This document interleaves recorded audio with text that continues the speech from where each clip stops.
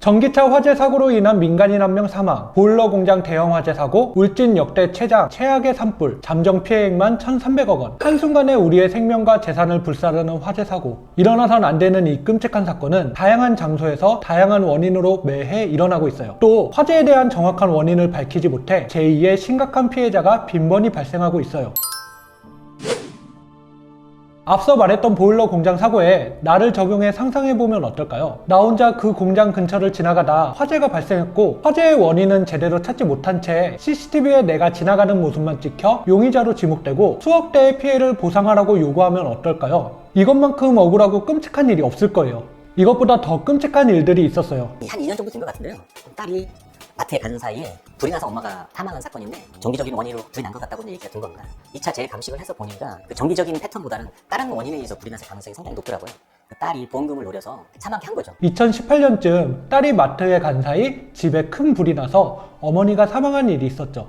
화재의 원인이 전기합선의 문제로 이야기가 마무리되어 가고 있었어요. 그러나 사고 조사를 하던 담당자가 무언가 찜찜했는지 사고 현장을 다시 조사했고 진실을 밝혀냈죠. 알고 보니 딸이 어머니의 보험금을 노리고 방화를 했던 거예요. 어쩌면 사고로 처리되어 억울한 죽음으로 사건이 종결될 수 있었지만, 조사를 하던 담당자의 과학적이고 집요한 조사 끝에 진실을 밝혀낼 수 있었던 유명한 사례 중 하나가 되고 있어요. 화재로 인한 범죄, 억울한 누명으로 인한 피해 등 이러한 일들이 먼 나라에서 발생되는 것이 아닌 바로 우리나라에서 많은 사람들이 피해를 보고 있어요. 그렇기 때문에 화재의 예방을 위해서 화재 후에는 단 한 명의 국민도 억울한 피해를 입지 않기 위해서 그 원인을 정확히 규명해야 된다고 생각해요. 그래서 오늘 제가 영상에 담는 주제는 화재에 대한 진실을 쫓는 직업, 또 소방설비 기사 자격증과 함께 취득하면 그 시너지가 어마어마한 자격증, 바로 화재 감식 평가 기사에 대해서 영상에 담아보려고 해요. 비전공자도 쉽게 이해할 수 있게 화재 감식 평가 기사에 대한 내용부터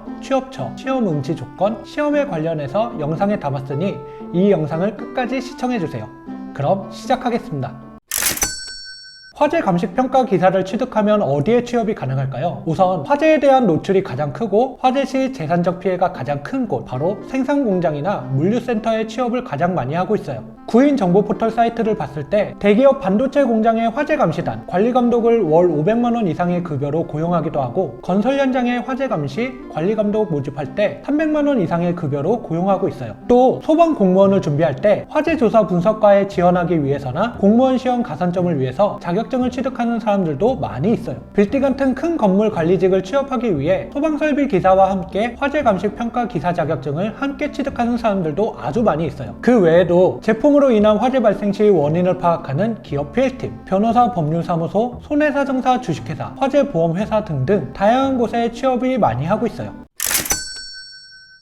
자격증 시험을 응시하기 위해서는 다른 국가기술 자격증처럼 조건이 필요하다는 건 이미 알고 계실 거예요. 대부분의 조건을 충족하려면 관련 전공 4년의 기간이 걸리지만, 관련 학과 졸업을 하지 않았거나 고졸로 응시 조건을 충족하기 어렵다면 언제든지 문의 남겨주세요. 학점은행제를 통해 가장 빠르게, 또 시험 공부에 더 집중하면서 조건을 충족할 수 있게 안내해 드릴게요.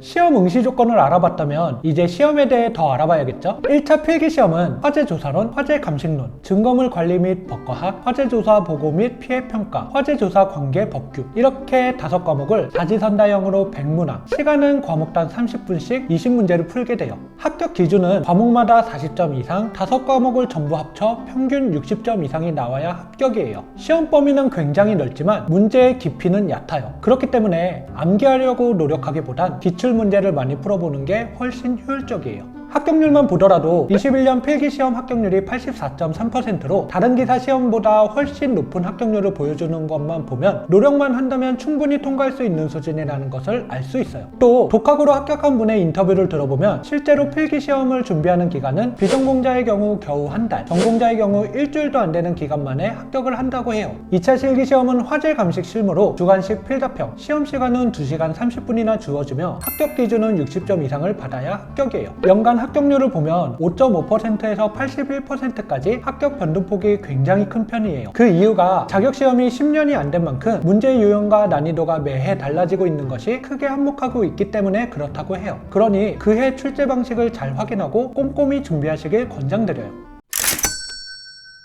화재 감식 조사는 잿더미 속에서 진실을 찾는 사람들이라고 해요. 화재 원인 조사의 결과에 따라 범죄적 발화인지 자연적 실화인지 판별이 되고 누구의 책임이냐에 따라 제2의 피해자가 발생할 수 있는 만큼 책임감이 아주 막중한 일이죠. 그렇기에 감정에 치우치지 않고 객관적인 시선으로 사건을 조사할 수 있는 사람들이 필요해요. 내가 바로 그런 사람이다 라고 생각했지만 시험 응시 조건이 되지 않아 고민 중인 분이 있다면 언제든지 카카오톡이나 실시간 상담 링크를 통해 문의 남겨주세요. 이상 가치 있는 시간의 서민혁이었습니다.